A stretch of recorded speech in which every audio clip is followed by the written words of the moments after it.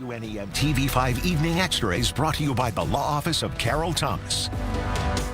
Thanks for tuning in to TV5 Evening Extra. Crashes, pileups, and closures, all from slick, wintry roads. While the snow has slowed down, more bitter cold is moving into the region. Chief Meteorologist Chris Eastlick is in the Weather Center preparing for not one, but two first alert weather days coming up this weekend. Chris? Jet, we commonly expect wind chills to be between about 10 and 20 degrees below zero as we wrap up the week. But do you think there's potential for the wind chills to be as low as about 25 to 30 below, which means our frostbite times can be less than 30 minutes, and it could be more of a prolonged stretch of cold weather on Friday compared to Saturday, which could have an impact on schools later this week. So cold weather alerts. So we do have an extreme cold watch. This issued by the National Weather Service, and every single TV5 county is under this for that possibility of being as cold as about 25 to 30 degrees below zero. Now, this is similar to a winter storm watch where the watch eventually gets changed to an advisory or a warning. It is going to be similar this time around, and as soon as that happens, we will let you know. Our temperatures around the area tonight, upper teens to upper 20s, even a few low 30s. So much warmer today. Probably doesn't feel like it, but it's at least a break from some of the wind chills of yesterday, and our feels like temperatures are in positive territory this afternoon, which is also a nice change. Our winds primarily westerly between 5 and 15. There is a chance locally they could start to climb a little bit this evening as we get another cold front that comes through. That cold front could lead to more snow showers. We're not seeing many in downtown Saginaw for the moment, but we have plenty on the western side of the state, and some of those will find their way into our area later on tonight. We expect some of the heaviest to be in our southern zones where we could pick up another inch or two of snow. The rest of your forecast, including a look at the weekend and next week, coming up. Thank you, Chris. As that Arctic blast heads our way, local leaders are urging people to take care of their pets. Experts at Genesee County Animal Control say if it's too cold for you, it's too cold for them. And any temperature below 32 degrees can quickly become unsafe for animals. As TV5's Zane O'Meara explains, while it is legal in Michigan for animals to live outside, the freezing temperatures can turn deadly quickly.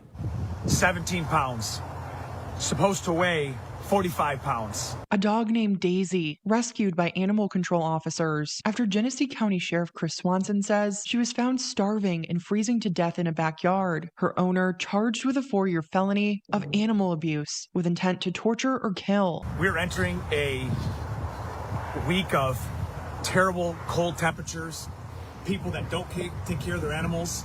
This is the time where these animals suffer even more. Social media coordinator for Genesee County Animal Control, Hannah Peterson, says they usually receive an uptick in calls during cold spells. The best thing that you can do for your pet is just bring them inside. Dogs and animals feel things just like people do. While it's not illegal to keep an animal outside, Peterson says you must provide it with proper water, food, and shelter, which can be difficult to maintain when it's freezing. Some people will actually put blankets and towels in the dog houses, which is something that you want to avoid at all costs. If they spill their water, if they urinate, anything like that, and it gets on that towel or blanket, it will freeze. They have to have straw, and the dog house itself has to be large enough for the animal to fit in comfortably, but not so large that they have all of this extra room where it's harder to kind of heat themselves up. And the bitter cold can cause frostbite, hypothermia, or death. It can happen within minutes where they're picking up their paws just because it's too cold. It's starting to cause them pain and discomfort. If they seem low energy, they're not really behaving like how they normally would. These are all definitely signs to look out for. If you are concerned about an animal, Peterson urges people to make a report, which is anonymous. We send officers out to the property. They're evaluating, they're kind of looking at the shape of the dog as well. If a dog is extremely skinny, emaciated, that is definitely a concern for us, and that's not something that we're going to overlook just because they have food, water, shelter. Genesee County Animal Control is looking for donations for their straw tent, where pet owners can get free straw for outside animals in the winter. For indoor pets, Peterson recommends limiting time outside by keeping bathroom breaks brief and turning to indoor play instead of walks. Over 90% of U.S. parents reported being concerned about their child's online safety. That number there, 90%, is an indictment on the current status quo. State Senator Kevin Hertel says that statistic is the reason why he and Democratic lawmakers are introducing the Kids Over Clicks package. The Senate Dems are going after tech companies creating what they call addictive online algorithms. They say the engagement, like comments and likes, trigger dopamine in the brain, and overuse can rewire children's brains to constantly seek out more immediate gratification. On those same sites, data is being tracked and sold to data brokers who build profiles to use for targeted advertising to influence future purchases. Hertel says the legislation not only strengthens data privacy for minors, but puts parents back in the driver's seat. Parents will have the ability to manage their children's privacy and account settings, restrict purchases and financial transactions of their children on social media platforms, view the total time their children have spent online, and place reasonable limits on their screen time.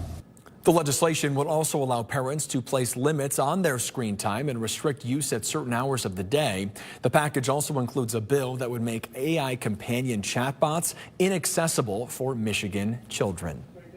A former associate pastor at Living Word Church in Midland is back in court tomorrow for a plea hearing. Across two cases, 73-year-old Randy Saylor is accused of committing sex crimes against a child and a family member. He faces 15 criminal sexual conduct charges. Saylor was scheduled to face trial twice in September, but both were adjourned. His plea hearing is scheduled for tomorrow at 3:30 at the Midland County Courthouse.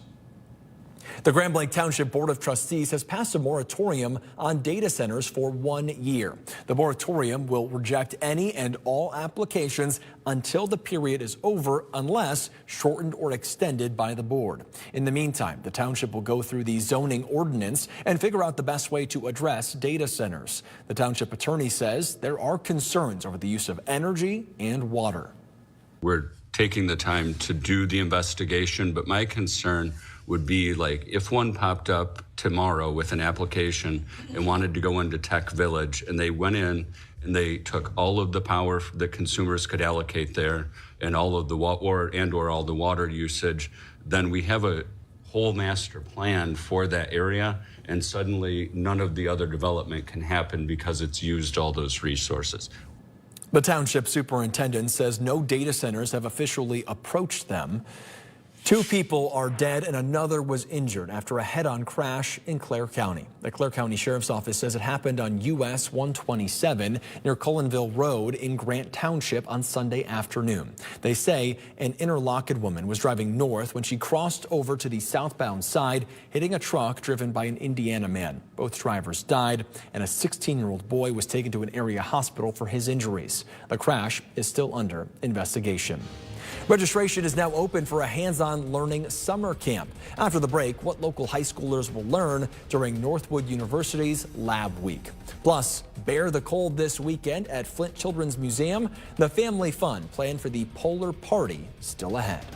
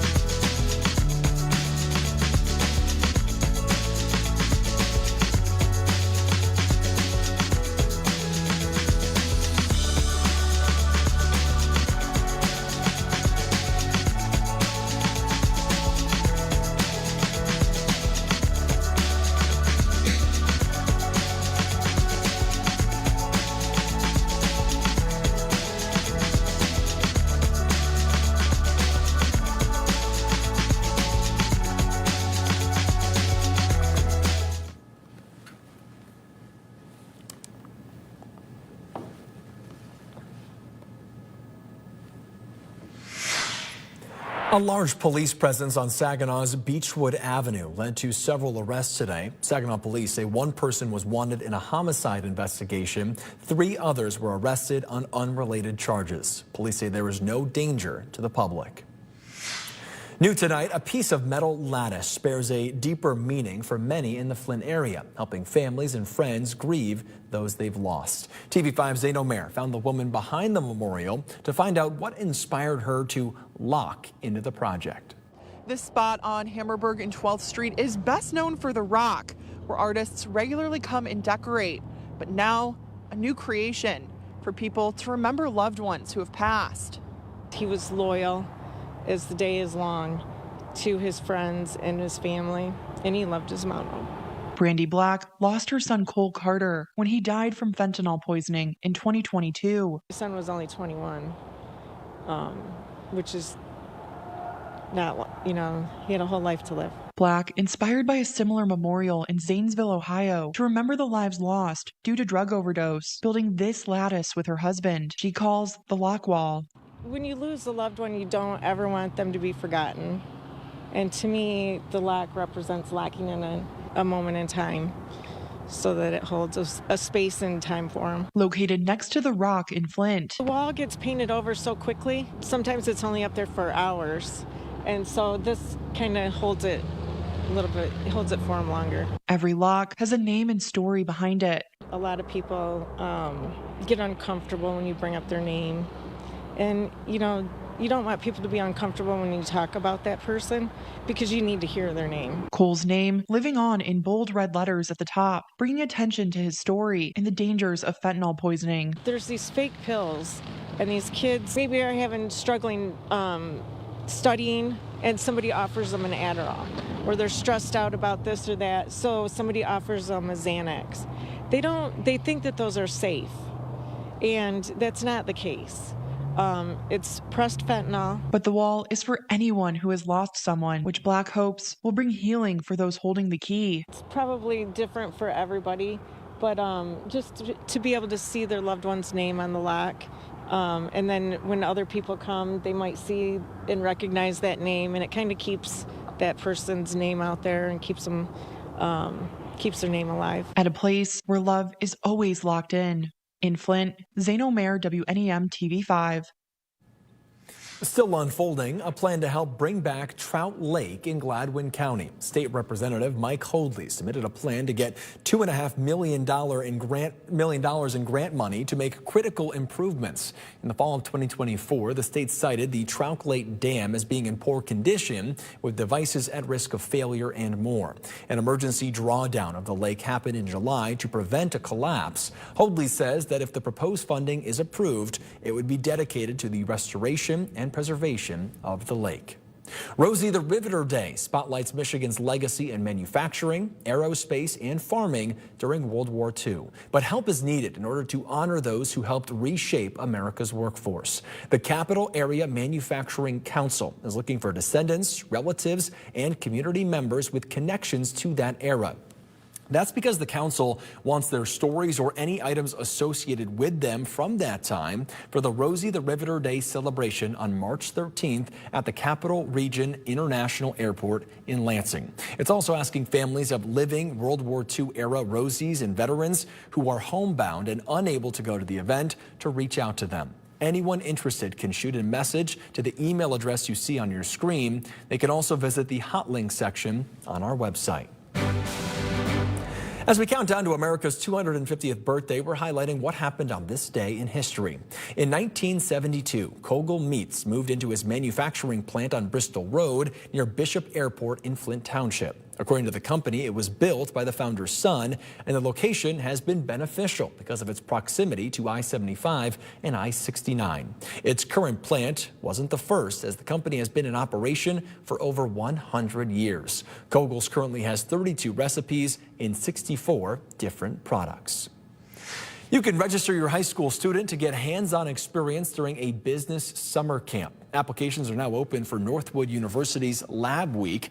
The free summer camp gives high school students a behind-the-scenes look at what it takes to create, launch, and grow a business. Organizers say throughout the week, students collaborate with peers, learn directly from entrepreneurs, and tackle a real-world business challenge. Lab Week runs from June 14th through the 19th. You can learn more and register in the hot link section of WNEM.com. This weekend, your family can bear the cold at the Flint Children's Museum with a polar party. Families can explore the cold with activities like sock skating, an ice sensory bin, and ice painting. There will also be several Northern Light dance parties throughout the day where kids can challenge the cold with a mini polar plunge and walk away with a polar bear friend to take home. Sunday's Bear the Cold polar party at the Flint Children's Museum runs from noon to 4. We'll look at downtown Flint tonight where things are dry for the moment. However, that will likely change as we head into the late evening and overnight hours.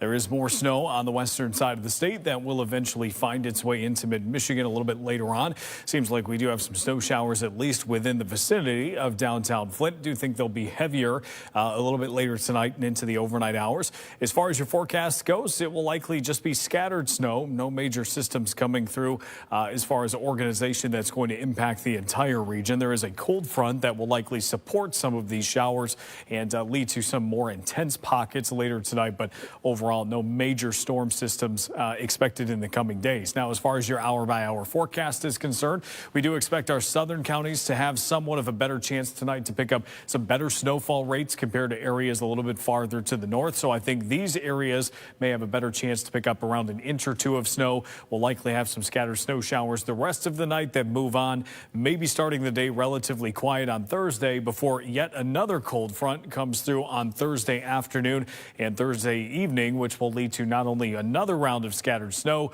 but also the cold temperatures that we expect to end the week, in addition to some of the cold wind chills that will be coming along with it. So accumulations tonight and through the day tomorrow, right around an inch or two in some of those southern counties. I do think between tonight's round and whatever falls tomorrow night, we'll have the chance to add roughly about a half inch each time to some of these other areas that are reporting an inch of snow. So I do think between the two events, you're picking up in most cases about a half inch to an inch each time, and then eventually things just move on. So when you spread it out over the course of several hours, I don't necessarily think it's too significant. Just occasionally drive with caution out on the roads as you typically would do this time of year. Low temperatures right around the teens, average is 16, so we're a little under that in some locations tonight, but not far off. But we don't recover all that much tomorrow. Upper teens to low 20s, average high right around 29. So we're about 10 to 15 degrees below that tomorrow.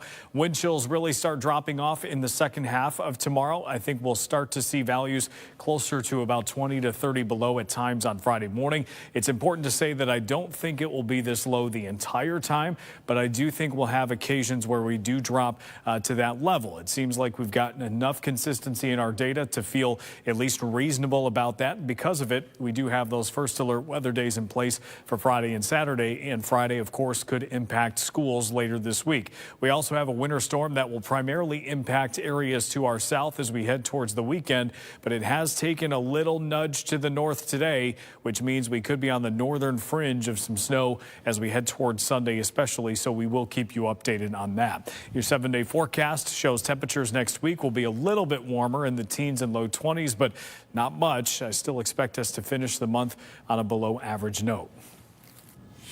Thank you, Chris. And with the first alert forecast calling for that coldest air we've seen this season, a local plumber says it's important for homeowners, especially who have crawl spaces, to be prepared. TV5's James Felton found out how you can protect your pipes to avoid costly damage. Usually as soon as the single digits hits, you can expect the phone to start ringing off the hook. Aaron Gross is the owner of Pros Plumbing and Sewer. He says if you have a crawl space, when temperatures hit single digits, it's almost a necessity to insulate your crawl space or make sure your crawl space has ducts heating that area. With the first alert forecast calling for the coldest air we've seen this season to arrive at the end of the week, Gross says now is the time to make sure your pipes are protected. There's several different ways you can go about that.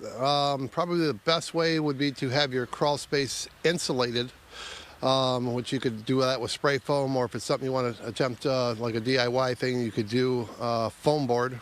Just do the outside perimeter of the crawl space. You can also do pipe insulation, which is basically pipe insulation. You just wrap around your pipes, and then if you don't have none of that, you can just a simple trickle of the faucet usually does the trick. It doesn't need to be a lot, just a steady drip. Moving water typically doesn't freeze, so as long as you got a little bit, that should help. Given that, Gross tells us if a pipe bursts, it can be a big headache for the homeowner. You could get into flooded crawl spaces depending on how early it's caught, because you don't know if that's going to happen at 2 in the morning, 3 a.m. when you're sleeping. And then depending on the location of that pipe, I've seen them to where they're spraying on the subfloors, and then your whole floor gets, warped and stuff from the water damage. Gross says pipe repairs will be a few $100s. It gets more expensive if you have flooding or water damage. James Felton, WNEM, TV5. All new tonight, a cat trapped in a tree for 40 hours during a storm received life-saving surgery. How the community stepped up in tonight's Can't Miss Moment on the news at 10 on the Great Lakes Sports and Entertainment Network. Then on TV5 News at 11, flu season is picking up. Why doctors say we're seeing another spike among kids. Plus.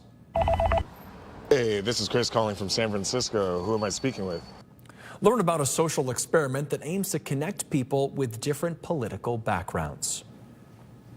In your 7-day forecast, shows a very cold end to the week for Friday and Saturday, but things do improve a little bit as we go into next week. But improvement is relative in this case. Still expecting to be below average Monday through Wednesday of next week. A chance for some snow this weekend and also some scattered snow going into Thursday as well.